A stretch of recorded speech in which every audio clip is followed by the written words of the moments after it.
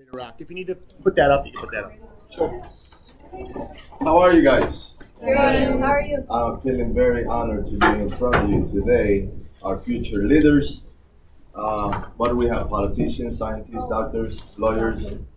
Doctor, yeah, I like that.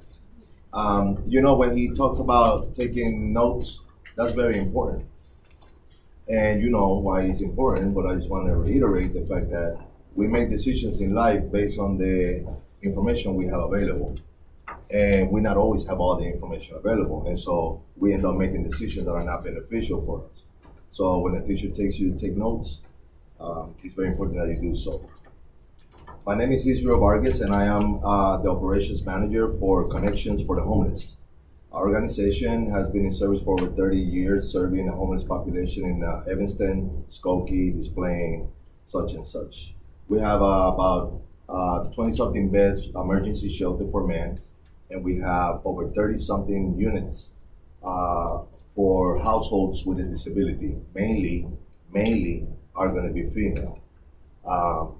We understand the cultural barriers we face when it comes to gender issues. We know that women oftentimes get paid less than men. Women grow up thinking that they have to be at home and they don't seek out a career, and then they find themselves in precarious situations, such as homelessness.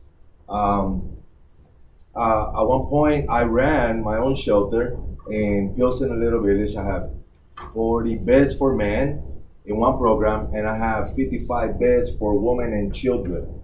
And some of those children were babies. And we had pregnant women giving birth, living at the shelter. Can you imagine being born at a shelter? That's like the most horrendous thing I could think of. Most of these people are not only homeless, but they have no family, they have no support, so they're by themselves. So imagine being in a shelter, homeless, by yourself, with a child, 2, 3, 4, because I've seen it, not being able to afford whatever, right? And so we wonder, well, why? What other factors are involved in that? So we know that some of our population suffers from some mental health issues. And those, a lot of those are not evident, right? People can be depressed and nobody know about it because you're reclusive, you stay away, or you people think you're introverted, but you actually are depressed. And depression doesn't necessarily have to come from something traumatic. It could be just a chemical imbalance in your body. It could be something that's missing, like abandonment. You feel abandonment when you were little. It's how you perceive, how you process information, how you generate feelings, and all of those things can lead to that, right? So everybody's susceptible to something like that. In those occasions that I was running the shelter, I was in charge with a budget of $1.3 million at one organization. The other one was $1.5 million. And that means that I was tasked with ensuring that I paid my staff, that we fed our residents, that we provide them shelter, beds, a case management, so that we can help them with finding jobs and finding apartments. And even give them furniture, so that we know that they're low income, right? They're low to no income. So we need to help them as much as we can, right? So that they can try to pick themselves up. We understand that a large percentage of our homeless population does not have an adequate education to be able to find a job that's going to meet the demands of the cost of living. That's why education is so important. My son tells me a lot, well, Dad, I'm not thinking about that now. I'm thinking about that later when I get older. And I'm like, no, you need to think about it now so that you know what to do when you become older. And what is that to think about? Well, where are you headed to? What is it that you're doing? Because all of it is interconnected, right?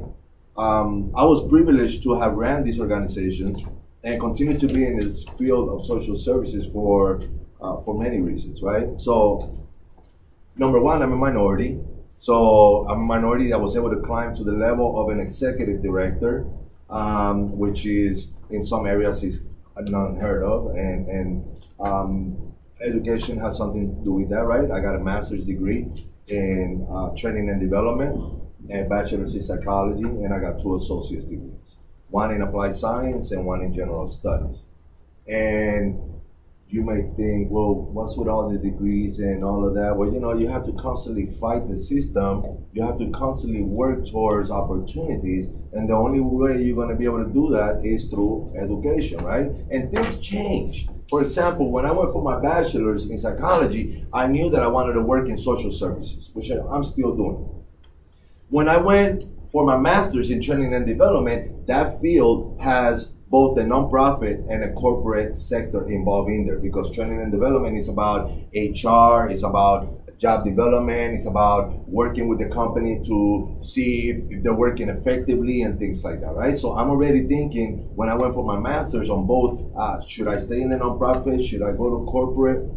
And even now, as we speak, because my associate is of applied science, I'm about to go back to school at my age to learn heating and air conditioning all over again, so that I can open up my own business. And I say all over again because I studied heating and air conditioning back in the early 90s, and in 95, I got an associate of applied science, but I didn't use it. I went to school and did not use it. So by now, every component of a heating and air conditioning unit is different. It has evolved. There are different ways in which they make it now. So that forces me to go back to school so that I can refresh my memory. Yes, I'm going to have to pay for it, but that's an investment, right? And we know what investments are. Investment is when you put something in a kitty and it's going to return to you 2 times fold, right? So I'm going, and the purpose is for me to end up owning my own business, a heating and air conditioning business. And so the purpose for that is so that I no longer have to work for anybody. I'll be my own boss now, right? I'll be generating my own revenue. I love doing that stuff with my hands, working in air conditioning, stuff like that. And so everything is fitting. And at my age, think about it. So I'm thinking, at my age, I'm 47, and that's really young, right? So, but the older I get, the less chance I'm going to have to be able to get a job. Because the reality is that employers out there are looking for young blood coming in and driven, that want to prove themselves and are not asking for a lot of money. But somebody like me, at my age, I'm already tired, and you got to pay me good money because I got 18 plus years of experience. No, they'd rather go with the ones that just came out of college than hire me. So I got to protect myself. So the way I protect myself is by opening my own business, having that income coming in, and then I don't have to worry about being hired by anybody. Does that make sense, right? So all of this is very important. All of this is very important. I've been very successful in navigating the system, especially in the social services. I can tell you any problem that you have right now, I can tell you where you can go to get it fixed. You need your light paid, I can tell you. You need your rent paid, I can tell you. You need counseling, I can tell you. I know exactly where you need to go. Good information, right? All of that was an experience I had through the years. Not only through education, but because I once was unemployed as well. And I had to get a link card to feed me and my son. And I had to go get assistance to save my house, because all of us are in the same boat here. We all may come across situations that we're going to need help, and thank God the system has some tools in place to be able to help us with that stuff. I've been to a food pantry, right? But I am a professional, career-oriented individual who has had to endure some instances with no job whatsoever and nobody wanting to hire me. So none of us are exempt, right? And all of this is very important to tell you, because even at the height of my career and with the dreams that I have, it didn't all start like that. I was a young buck coming in from Puerto Rico at the age of 83 into the city of Chicago, culturally shocked, because I'm exposed now to all these other cultures. In Puerto Rico, there's only Puerto Ricans, right? Unless a Chinese guy hides in there or something, selling mattresses. But these are Puerto Rican. But you come here and I land in the middle of a Mexican neighborhood, and they are saying, what is this Puerto Rican doing here? Why doesn't he go to Humboldt Park, where all the Puerto Ricans are at? But they actually accepted me and took me in, and unfortunately with that came some bad habits. Misinformation. decisions that I made that led me to some very hard times. See, what you guys don't know is, you see this guy up here who is 47, again, career-oriented, professional, and the same guy here did 12 years and 9 months in prison. So you see a lot of people out there that go to prison and never come out, or go to prison and come out and go back and come out. I'm one of those guys that I ended up doing all of those years in prison, and I was able to use that to educate myself. Educate myself in two aspects, socially and academically. I went in there to school and I got me an Associates of Applied Science, and then I got an Associates of General Studies, and then I took computer classes, and then I took step parenting classes, and I tutored, and I took paralegal classes, and I took every damn class you could take. And you know why I took all them classes? At that point, it wasn't because I wanted to go to school. At that point, it's because I had to. Because if I didn't go to school, that meant I was going to be in the gallery where everybody else is at, where you are more likely to get killed, where you're more likely to get hurt, where you're more likely to get put in a hole, segregation, isolation, confinement, because of your association to other groups that may be up to no good. I went to school to protect myself.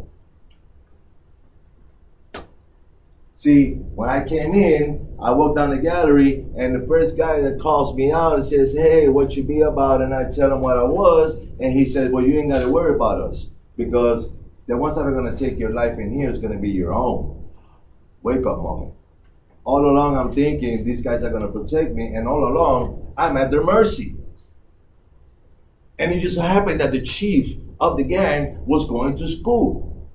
And so I said to myself, if he's going to school, he's got security. So I'm going to go to school with him so that his security can be my security. And all along, before I went in there, I knew I needed to go to college, and I didn't know how to get there. I didn't have the tools that you guys have here nowadays in the school. Nobody was taking me to colleges for visits. Nobody was coming to talk to us about how to enroll in college. I didn't have all of those that you have now. And so it was great, because when I started going to school, I felt a sense of accomplishment. And that means an increase in self-esteem. And every time I got a diploma and a certificate of completion and a pat in the back, it was a way for me to get higher on myself, for me to feel better for myself, for me to be able to endure 12 years and 9 months working towards myself, so that when I get out, I don't have to be one of those that goes right back in. And so I continue on coming out here and learning not only the social life in there, of course, is horrible, right? But the social life out here can be even worse. Because there's no four walls confining a group of people. This is all wide open. So you got bad people walking right next to you, and you don't even know it. And I'm not meaning bad people, serial killers. I'm not necessarily meaning bad people, murderers. I'm meaning bad people that, you know what? I'll take that back. I'm sorry. They're not bad people. They're not bad people. They're people who have not developed socially or mentally enough to be able to cope with what life brings on to you. And so they deal with it to the best of their ability. See, we have people out there growing in neighborhoods without father or mother, without instruction, without rules. Kids just thinking that they can bypass the rules. They don't have to listen to nobody. I used to think like that. I used to think I don't have to listen to anybody. And that's why I was in the streets, lost. And then guess what? When I got locked up, they told me what to do, when to do it, and how to do it. And if I said anything other than, "Yes, sir," I will go to confinement. They told me when to even go to the bathroom.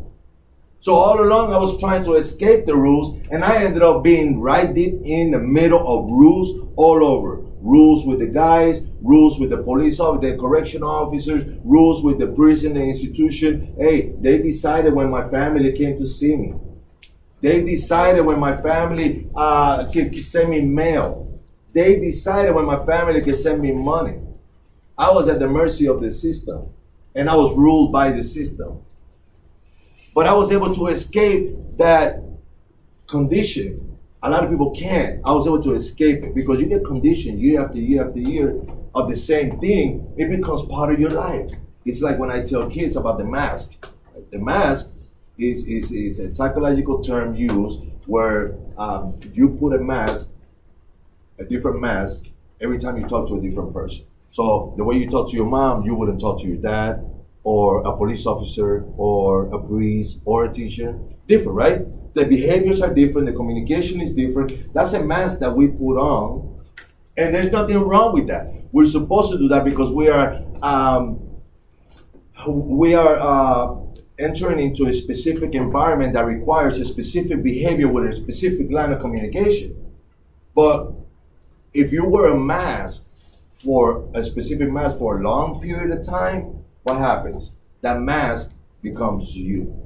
So you see those guys out there that walk and they got that mean look in their face. That's because they held that mask on so long, they just can't escape it anymore. But no, yes, they can if they wanted to, right? It's called soul cleansing. You have to first look into yourself. You have to learn who you are. You have to believe in yourself. And then your face, your features will change.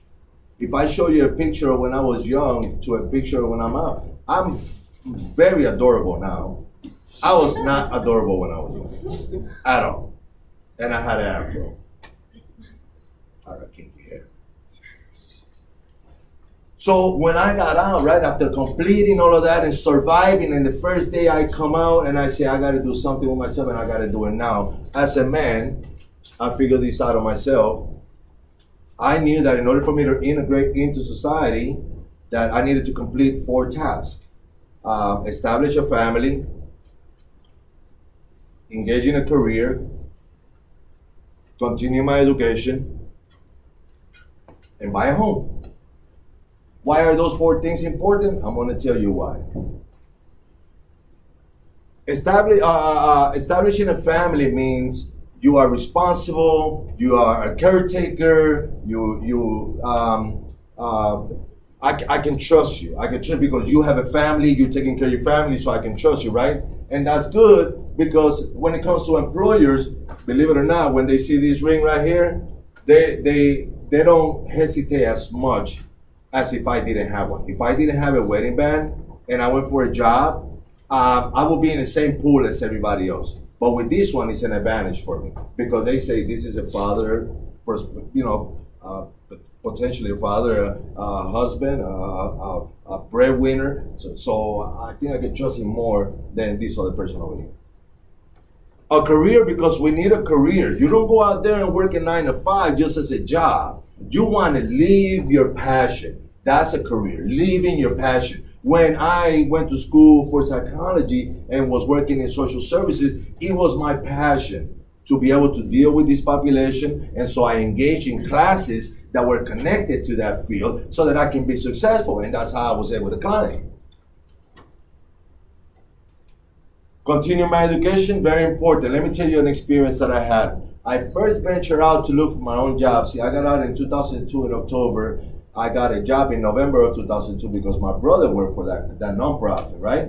But in December, I'm starting thinking to myself, is it true what they say out there that if you have a background, you're not going to be able to find a job? I'm sure some of you have heard that you may know somebody that will tell you, I have a background, I can't find a job. And they're struggling. I'm an example that that's not the case. So I started going to Roosevelt University.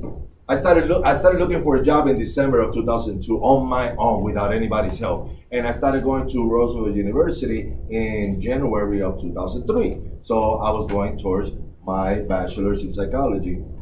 And I'm looking for jobs. And I find this job in Maywood as a bilingual housing counselor. Now, mind you, I'm working over here as an administrative assistant. I don't know anything about housing, let alone case management. And the job required a bachelor's degree. So I said, you know what? Nothing's going to stop me. I'm going to apply for it, and we'll see what happens. The worst they can say is no, right? So I applied for it. They actually gave me an interview. They knew about my background. And then the executive director told me, well, Israel, you got something going for you because you know Spanish, and we need a bilingual person here. So that I was the token Latino in that neighborhood. But I'm okay with that because that meant money in my pocket, right?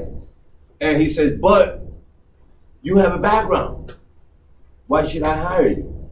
I said, well, because right now I'm enrolled at Rosewood University. I'm going for my bachelor's in psychology. And so I will go as far as changing my major to what you want me to be so that I can work for you.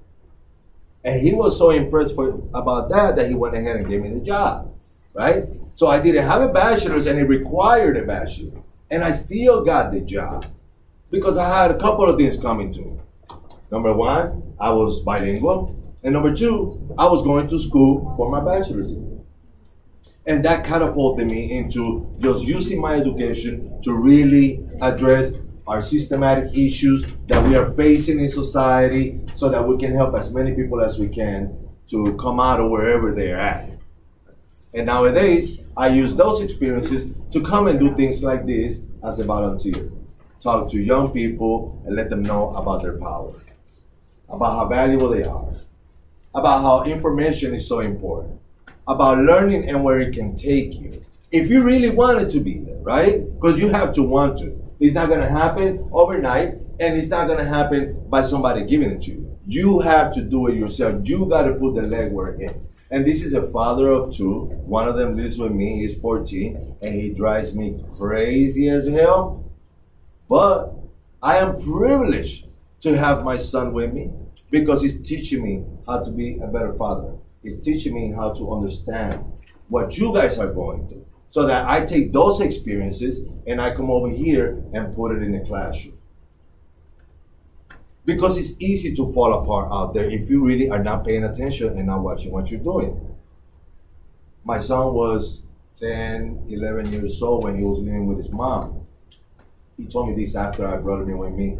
He said, when I was living with mom, me and my friends used to hang out in this park and play basketball and soccer, and we couldn't go to that park over there, and they couldn't come over here. And I was like, but why couldn't they come over here? And he said, because they come over here, they will get beat up, and if we go over there, they get beat up. And I'm like, son, that's gangbanging activities. What's wrong with you, fool? Right? He did not understand. At that point, it did not compute in his head that he was creating a gang environment around him with his friends. And then he looked at me, he's like, oh, you know, right? But it's that easy. You don't even know it. They're just playing around in the park and everything is cool, but all it takes is one confrontation to lead to a bigger situation, right? So you got to be very careful. Remember that, and I didn't tell you what I got locked up for. I'm going to tell you, but you don't tell nobody, okay? So it's important who you choose. It's very important who you choose to be around with. I believe in energy, and I believe that if you're putting out bad energy from in here, that's what you're going to attract. Your friends are going to be pools of bad energy. If you're good in here, what you're going to attract is good people. Nowadays, I hang around nothing but nerds. They're my favorite people in the world. Because they got good intentions, they got a good heart, and they attract good people on it, and they know people with money, right? And you want to be connected to that. So, as I was involved in gang activity, and of course I had the fellow guys, and all of us work bad energy on each other and influence each other with that energy to engage in activities that were not right? Fights and things like that. I decided one day that I no longer wanted to be involved in none of that. Let me back up a little. I got into trouble and I went to the county jail for 3 days and I thought I'd die. I asked my mom to bond me out. She took out $3,000 from out of nowhere and bonded me out. You would think that that experience would have given me a awakening. Well, in some ways it did, but I wasn't done because karma came at me, and karma came at me hard for all the stuff I had done in the past. So I'm trying now to fix my life. I end up homeless for 2 months.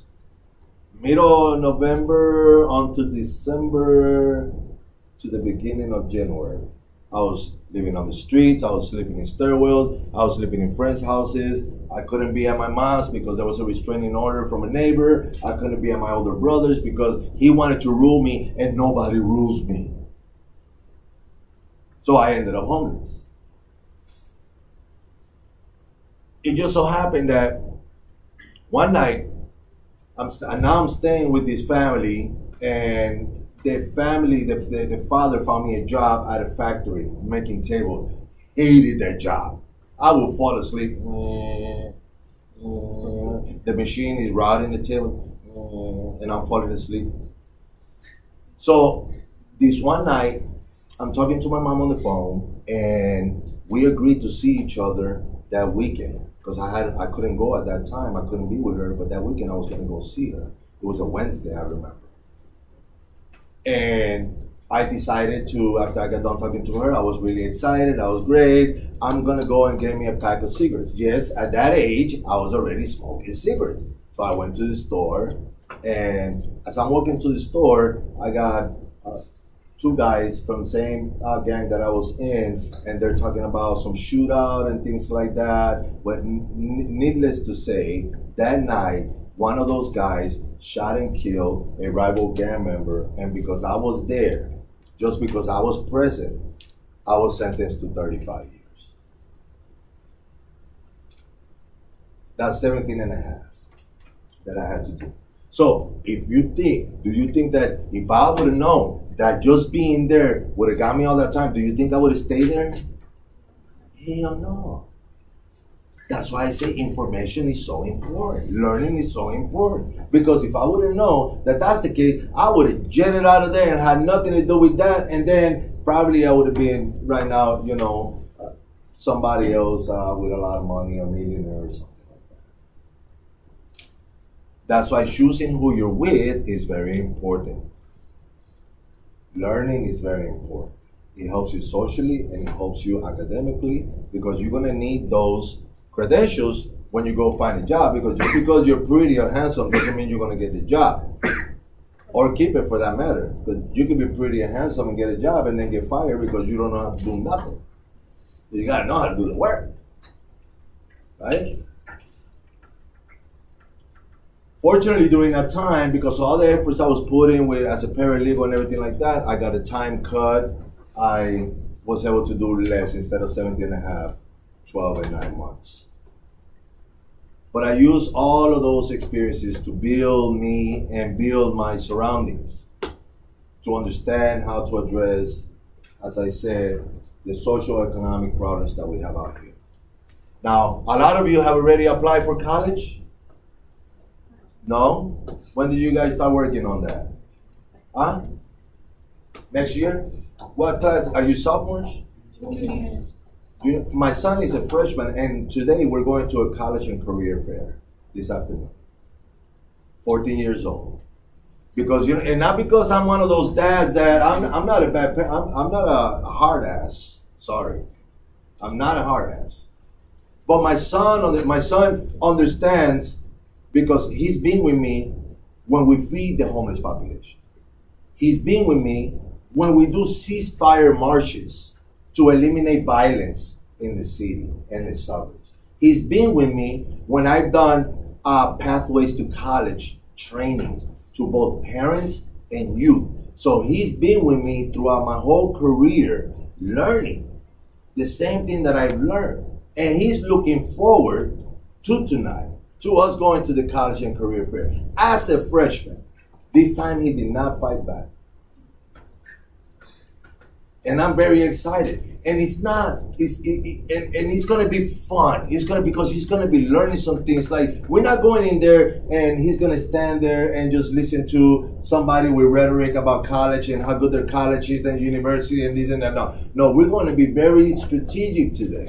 See, my son wants to be a, what do they call them, fighters, the MMA, or what is that? UFA? UFC. He wants to be a UFC fighter. He wants to be a famous wrestler.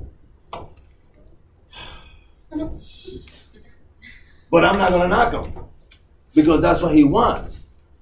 But what I did talk to him about, and he agreed, is that if you're going to be a fighter or a wrestler, that means you're going to be earning a lot of good money, right?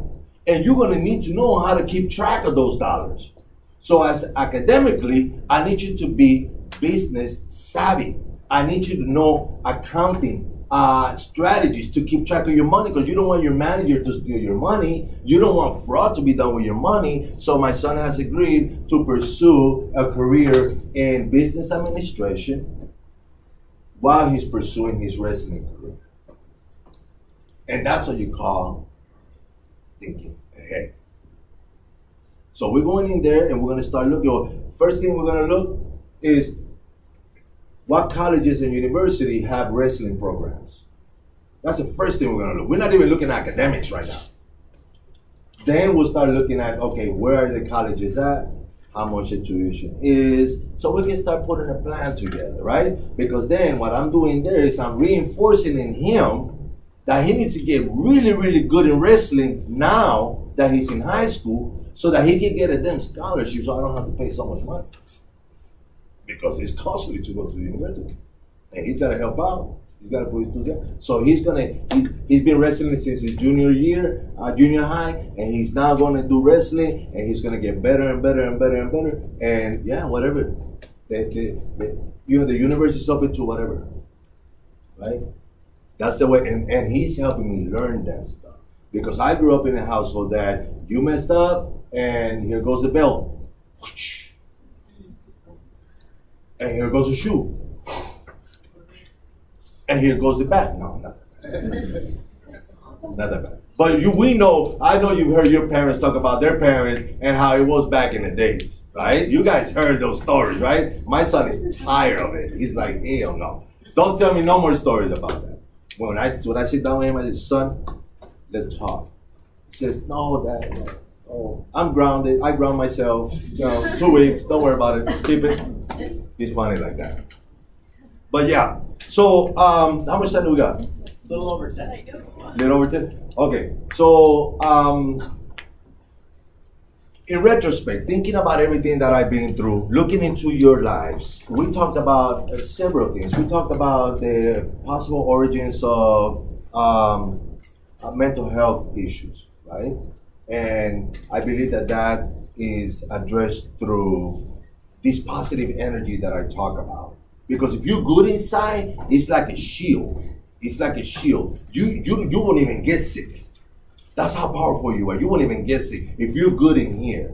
You know, and I'm not saying that you're going to have indecisive thoughts. I'm saying that they could be there, but you don't have to act on it. And you can really let go of them by telling yourself what I tell myself. What are you, stupid? Right? I tell myself that all the time when I'm thinking stuff that I shouldn't be thinking about, like I should run this car over that guy because he didn't let me go through or something like that. I really don't do that. Yeah. We talked about the importance of education and how it helped me through the system. It helped me stay out of trouble. It helped me stay safe. Guys, think about it. We know that there are instances out there in which there has been some issues in schools. But to be quite honest with you, the safest place to be is in school. And so in your early years of college, you're in school. That means that you're not out there being exposed to negative energy that could potentially hurt you. So I see school as a safe haven as well. And then we talked about the importance of building yourself up in a career by connecting your your passion with what your career is going to be. And that's what's going to make you successful and earn you a lot of money. Because when you're good at something, nobody can take that away from you. And you show it in your work. That makes sense? Can we open it up for questions? Any questions? Don't tell me you don't have any. I'll go sad. Nothing's, I don't know, nothing hit the button, nothing, go ahead. How old were you? I was 19 years old. I came out at the age of 32. You had a question? Yeah, well, how did you get introduced to the idea of helping out the homeless, and where did you start off? So when I first started, so remember I was homeless. I used to do drugs. I was locked up. So I have faced everything that everybody else is facing or have faced in the past, right? That coupled with me understanding immediately, I started working as an administrative assistant for a nonprofit. And I understood immediately how it works. You generate money by publicizing marketability, and then those dollars come through, and then you pass those dollars out to help the population that is in need. So I've done these for organizations that advocate for parents of students in Chicago public schools. I've done this for organizations that have helped Chicago Housing Authority households. So it's applied to all of them. And that's what helped me gain all of this information and put it together and process it so that I was effective in navigating the system. Anything else? When you were in prison, what was something that really inspired you to continue your education? Like, was it an action or just like a random thought? I did a lot of poetry. I wrote a lot of poetry, and I had a lot of communication with my family via mail. So that support, along with my own thoughts, putting them on paper, and you're isolated. So you think a lot about love, right? So I'm writing love stories in there, and I don't even got a girlfriend, right? That's sad. That's sad.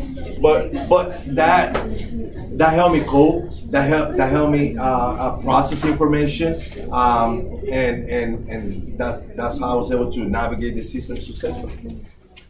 Your question? What really did you get your associates in?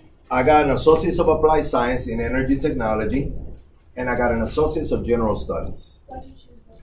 So, when I was going for heating and air conditioning, remember I said earlier, I graduated in 1995. But I'm thinking to myself, at that point, I still had to do 12 plus years. I'm thinking by the time I get out, this is going to be obsolete. I'm going to have to go to school all over again, which is the truth, because that's what I'm doing now, right? As I said before. So I said, so instead, I'm going to have to go and start taking academic courses so that I can continue school once I get out for my bachelor. And it just so happened that all the courses I was taking were psychology, sociology, and things like that. So it was shooing to get out and go for my bachelor. I already had all those credit hours that they accepted. Sure. So I think you mentioned kind of your sort of individual journey throughout this. Did you have any support? As you were sort of, once you got out and kind of going through the system, going through your education, what would you recommend for some of the students here to kind of? Always have support. Check this out. So as I'm working for the first nonprofit, I'm meeting people from other arenas. Government people, other nonprofits, sponsors, donors, foundations. I'm meeting these people. I'm taking their information. We're becoming colleagues. We're working in partnerships to programs and things like that. And as I'm meeting people, I'm also gaining mentors, right? So with my first employer, I got to meet a few people that led me to know the executive director of a nonprofit that introduced me to a few other people that were instrumental in me getting a job at Inspiration, where I met Lisa Nigro and became my mentor. She introduced me to Jim Mabey, and he became my mentor, and Raul and Eric and all those people became my mentors. That was my support group. And support groups are good, right? You know why? Because Jim Mabey himself paid $60,000 towards my college education. And what unknown person out there is going to pull out so much money to help you out? They must believe in you very much for them to invest in you like that. And that's what he did. He invested in me. And I use a lot the professional social networking media, LinkedIn, right? So through LinkedIn, I get to know people. I have gone to events that are for bankers or for real estate agents. And everywhere I go, I get a business card and I pass out my business card. And I make a point to, hey, let's have some coffee sometime. Let's see where we are in commonality. What do we share in our passion? And that's how you grow stronger, because you bring that pool of people that are believing in you and you believe in them. And they're all positive. And that's how you are able to break through all of those barriers out there. Any questions? Any questions? What were the thoughts going through your head at the time of your situation when you were getting sentenced? Like, did you have a backup plan at the time, or was it just? No, I was so lost that I really, it was surreal. I really didn't feel the impact as I was getting sentenced, as I'm getting put into the bus to go into a maximum security prison. I'm 19, I can barely speak English. It was all surreal. It was like a dream at that time. Everything didn't really hit home until I happened to come in while the institution was on lockdown. And we were on lockdown for a month. But when they opened those doors, that's when reality hit, where all those people start coming out, and you can tell the different factions, and they tell you this is where you need to be at, this is where you need to go at, this is who you can talk to, this is who you cannot talk to. That's when it really dawned on me, and that became, now I became survival mode. And then the survival mode was developing strategies on how to avoid getting in trouble while trying to get something from the system. And so that helped me, I'm gonna go work. I worked at the newspaper in there. Why did I work at the newspaper in there? Because working at the newspaper gave me accessibility to walk around the whole institution, because everything is limited. You can only go so many places and so many times. So I got the job for that. Why did I work at the laundry? Well, because we did laundry for people, right? But if you pay me $7 to do your laundry once a week, I take it out of the bag, put it like that in the dryer, fold it for you, and bring it to you neat and clean. When otherwise, the bag goes completely with a whole bunch of other bags into the washing machine, right? So I'm hustling, I'm earning money, right? Why did I go work at the library? Well, because as a paralegal, I can advise people and they pay me for it, right? On their cases. They tell me their cases, I do an affidavit, I put together a motion, and I get paid for that. So everything was about survival. I'm sorry? I visited about 9. I didn't say I was an angel. I had to survive. All right, let's go ahead and thank Israel for coming in. Thank you. Thank you for having me. If you have any individual questions, we got a couple minutes, and then we got a college fair coming up at ECC. Just kind of reminded me, if you want to get on top of that, go ahead and